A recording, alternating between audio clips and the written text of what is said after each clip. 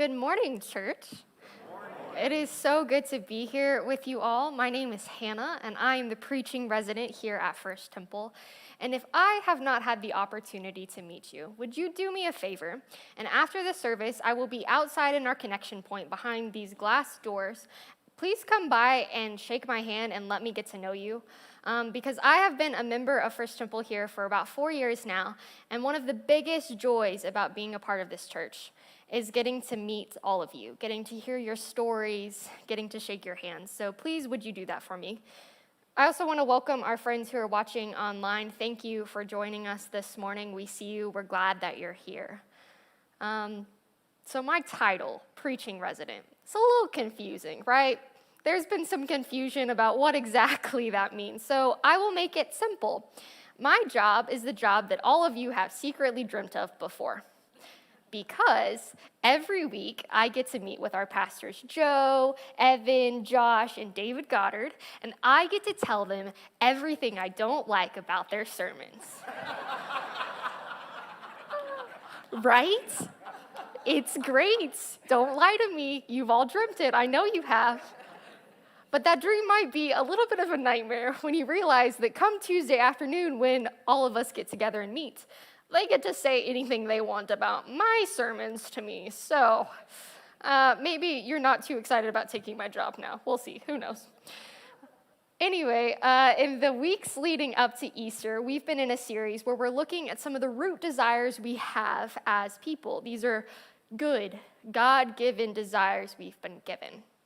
But sometimes, in response to these desires, we turn towards vices, wrong actions, sinful things, bad habits to fulfill these desires. Instead of looking towards the truth, instead of looking towards some virtues, some good habits, good things to fulfill those desires. So here's the list of the ones that we've been going through. And this morning, we're going to look at the root desire to be worthy, to have honor, and examine maybe why it is that sometimes we are prone to go to envy instead of showing kindness to our fellow people. So let's look at envy. This vice isn't explicitly listed in Colossians 3 with the rest of these vices, but it is throughout the Bible. Like, this is a thing that people have been dealing with for a long time. So 1 Peter 2:1 addresses envy. It says, "Rid yourselves, therefore, of all malice and all guile, insincerity, envy, and all slander." So what is envy? I like to think of envy as kind of like the ugly stepsister of greed. If you were here last week, you might remember Evan talking about greed, and he mentioned that it is taking anything and anyone and putting it in the center of your life, anything that's not God, to fulfill this desire.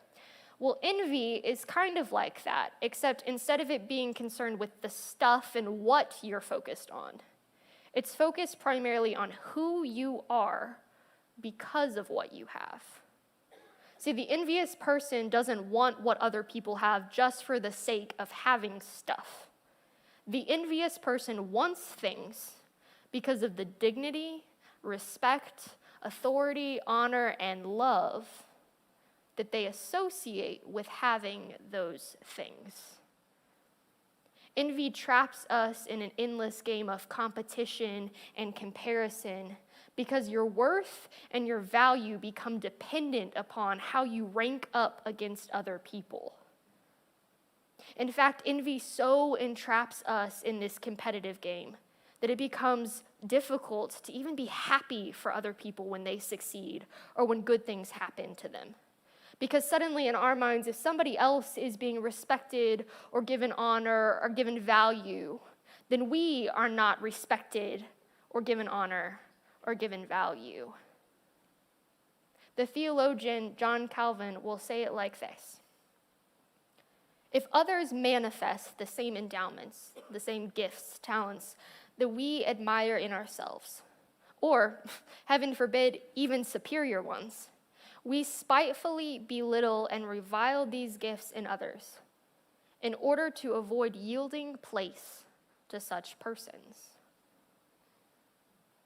See, in the envious person's mind, there's no first place, second place, or third place. There's number one, and then there's nothing. And if you're not number one, then you're nothing. The envious person feels powerless.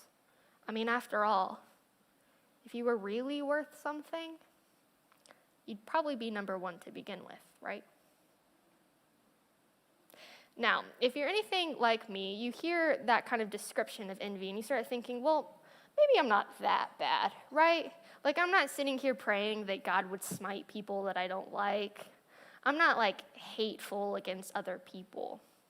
Well, in her book, Glittering Vices, Dr. Rebecca DeYoung provides a list of symptoms for envy. And these symptoms are a byproduct of what happens when we let envy infiltrate our lives. So I want you to look at this list with me and see if you can maybe identify one or two things that kind of hit home for you.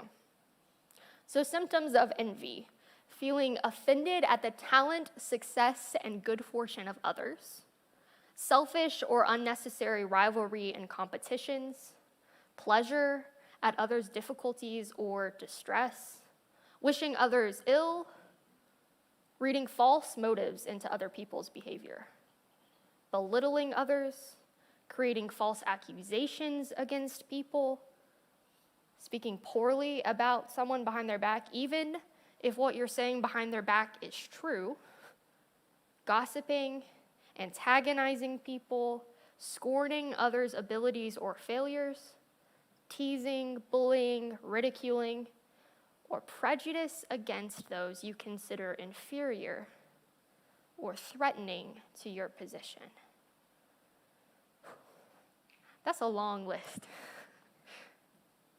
And I don't know about you, but when I read a couple of those, I felt it in my heart a little bit. Because envy is seductive. It creeps into our lives and it grabs hold of our hearts. It convinces us of the lie that we're not worth anything until we've proven we're better than everybody else. And that lie works for us, doesn't it? I mean, we've already identified the God-given desire we have for worth and for honor. Show of hands, no one's sitting here saying, my goal in life is to be worthless. Right? No? I'm not seeing any hands. That's nobody's goal in life. We all want to be worth something. Human dignity is essential to who we are as people. We desire to be worth something, to be respected, to be loved, to have honor. But time and time again, we take this good desire, this good thing that God has given us, and we look towards a vice. We look towards envy to fulfill it. We think that if we steal it from somebody else, then it can be ours. But it doesn't work like that. Because the first time that you think you've replaced somebody as number one, another person walks in the door and you're like, oh no, I gotta take care of them. And then more people start coming in and all of a sudden you're looking around and you've got enemies everywhere, right? This has happened. This happens to me sometimes. I'm a student at Truett Seminary and sometimes I'm sitting in my classrooms looking at my peers going, you're pretty great. You're really awesome. You're really smart. You're really talented. And all of a sudden, I'm looking around and I've got all these wonderful people around me, and I'm thinking, why would anybody want to hire me? Why would anybody want to listen to anything I have to say? Have you seen these people? Have you met them? Maybe for you, this happens when you realize a coworker makes more money than you. Or when you log into Facebook and see that friend you graduated high school with has a bigger house than you, drives a fancier car. Or maybe you look at other people's families and you see the relationship dynamic that they have as a family, and you wish that could be what your family looked like. The vice of envy lies to us. It convinces us that if we can just steal enough from other people, then maybe one day we'll be worth it. Maybe one day we will have honor and respect. Maybe one day we'll be worthy of love. One of my favorite movies growing up was this movie called Cool Runnings. And it is a movie about the first Jamaican Olympic bobsled team. And it's a bunch of guys who have never seen snow a day in their life, but they decide they're going to be Winter Olympians. They're kind of crazy, but it's fine. They get this coach who is a retired former Olympian to train them. And they're going, they're training, they're getting stronger, things are going well for them. And then in this really pivotal moment in the movie, they find out that their coach is actually a disgraced former Olympian. They find out that in his last race, he was disqualified because he got called out for cheating at the sport. And the team leader says, "Coach, why'd you cheat?" And the coach said this. He said, "It's quite simple, really. I had to win. You see, I had made winning my whole life. And when you make winning your whole life, you have to keep winning, no matter what." And the player said, "I don't understand, coach. You had 2 gold medals. You had it all." And the coach said, "A gold medal is a wonderful thing. But if you're not enough without it, you'll never be enough with it." See, in our desire to be worthy, we let the lie of envy convince us that if we can just have what they have, we'll be worth it. But if you're not enough without it, you'll never be enough with it. So if envy won't fulfill our desire to be worthy, to have honor, what will fulfill us? What will satisfy this God-given desire? Well, Colossians 3, starting in verse 9, addresses this. Colossians 3:9, it says, "Do not lie to one another, seeing that you have stripped off the old self with its practices, and have clothed yourselves with the new self, which is being renewed in knowledge according to the image of its creator." Let's pause there for a second. Verse 9 says, you have stripped off the old self. You have seen envy for the lie that it is. You know that it will never satisfy your desire for respect and worth and honor, and you have taken it off and you have thrown it away. You've cast it aside, but now you have to pick up something new. You have to put on this new clothing. You have to reject the lie and embrace the truth. Truth that is being renewed in the knowledge according to the image of the Creator, verse 10 says. So what will satisfy our desire to be worthy? It's the knowledge that God has about you. But it's not just for you. What's really cool about this, verse 11 says, in that renewal, there is no longer Greek and Jew, circumcised, uncircumcised, barbarian, Scythian, slave, free, but Christ is all and in all. What this tells us is that the truth that God has about us, the truth that is being renewed in us, the image that God has about you and me, it's for everyone. It's equally good for everybody. It doesn't matter what you walked in here with, who you are, where you come from. God knows what's right and what's good about you.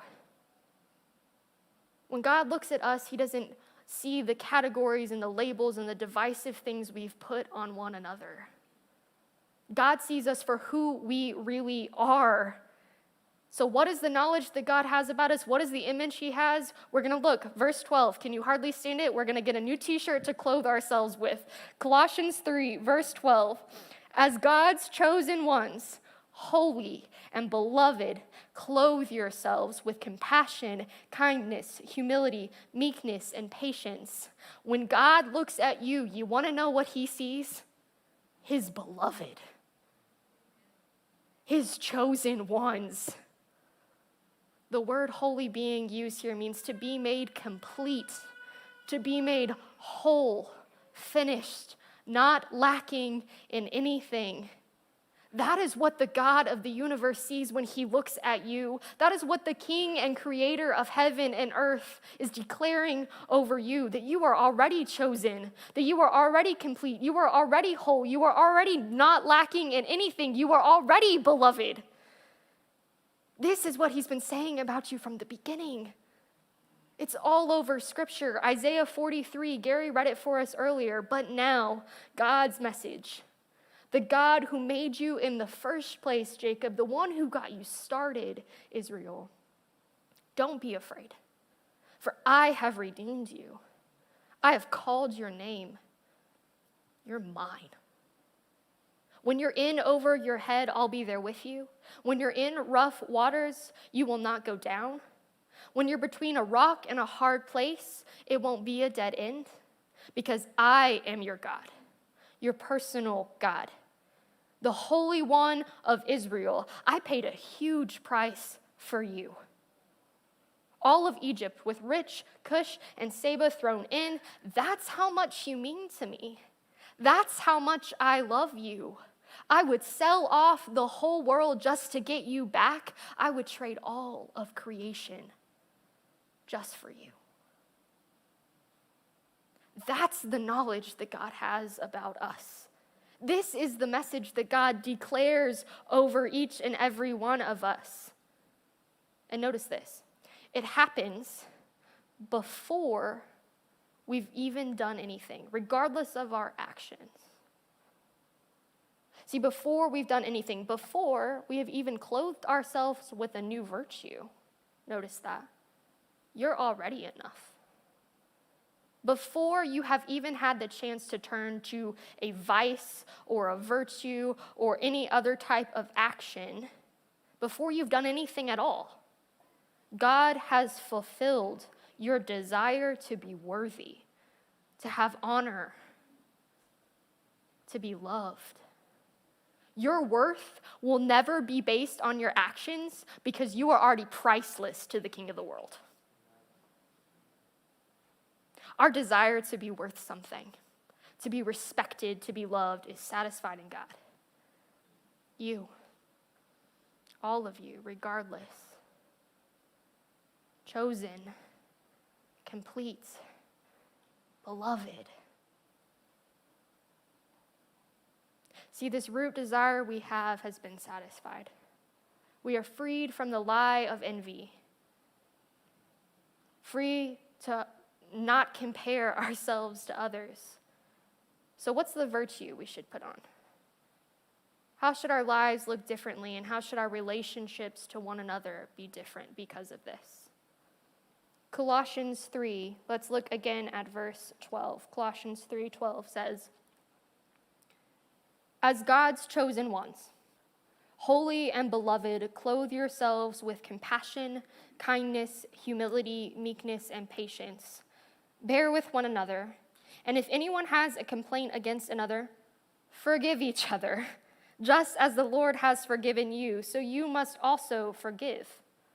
Above all, clothe yourselves with love, which binds everything together in perfect harmony.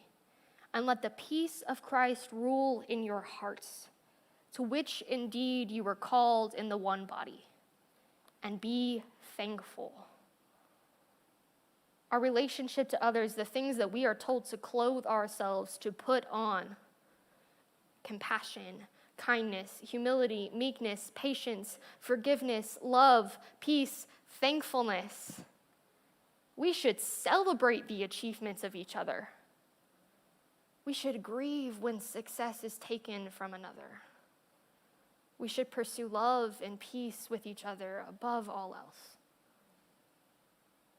Now, I know what you're thinking. You're sitting here going like, "Hannah, there was only one virtue listed for today. I did not sign up for this many," okay? And I understand. It's a lot. It's a long list. I know, kindness was the only one listed. So let's talk about kindness a second. Kindness is an action. Kindness involves using your time and your energy and your resources to help improve the life of others. So when you take off envy and you put on kindness, your actions are now motivated by seeing other people succeed. How can you help others succeed to the best of your ability? So in a way, kindness really incorporates all of these things listed in Colossians 3. Because when we're trying to see other people succeed, when that is our purpose and our goal, we become more compassionate. We become humble and patient and forgiving and peaceful and thankful. Our relationship with others improves when we view people as beloved of God and not people whose success we're constantly trying to steal.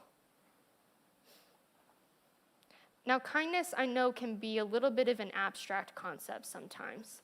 In fact, I'll be honest, when the teaching team was trying to put together what word really encompassed this, we struggled a little bit because kindness almost seems too weak of a word, too abstract, too far out for us to wrap our heads around. So I want to give us a few practical tools that we can use to help us draw our hearts more towards kindness. So the first one, invest in activities with shared common goals. So this may be inviting a friend to go on a walk, enjoy some music together, go to a concert, I don't know. Doing something with a shared common goal together and be creative with it. Because when we do something together just for the enjoyment of it, it helps reframe our minds so that we're not constantly viewing people as competitions and competitors. Another thing you can do is you can do an anonymous act of kindness. So there's warmer weather. Maybe you could sneak off and mow your neighbor's lawn for them and don't tell them about it. Or maybe you could buy a cup of coffee for one of your coworkers or a friend and put it on their desk, but don't tell them it was you. What can you do to bring kindness to somebody's life today? Just so that you make their day better, not to do anything for yourself. Another thing you can do is you can pray for the person you're envious of. That's something that I'm doing right now. As I mentioned earlier, sometimes in seminary, I look around and I start to see like enemies everywhere. And so there's one person in particular that I've noticed something in my heart for. So now every time I see them in the halls or I think about them, I make a point to pray for them. I pray that they would have a good day. I pray that their ministry would succeed. Pray that God would use them. And I'm hoping that as I pray, my heart would begin to change towards them. Would you join me in praying for the people you're envious of? The last thing you can do is you can practice gratitude. So maybe keeping a journal of all the things you're thankful for, or maybe you text a friend every day something that you're thankful for, something gracious that's happened. Because I think when we start thinking of all the good things that we've been given in life, we start to realize that so many of the things we've been given in life have nothing to do with what we've done to deserve them. It tunes our heart more so that we are free from the fear that God's love is conditional. Practice gratitude this week. Friends, God has called you worthy. Be free from the lie of envy and embrace kindness towards one another today. Would you pray with me?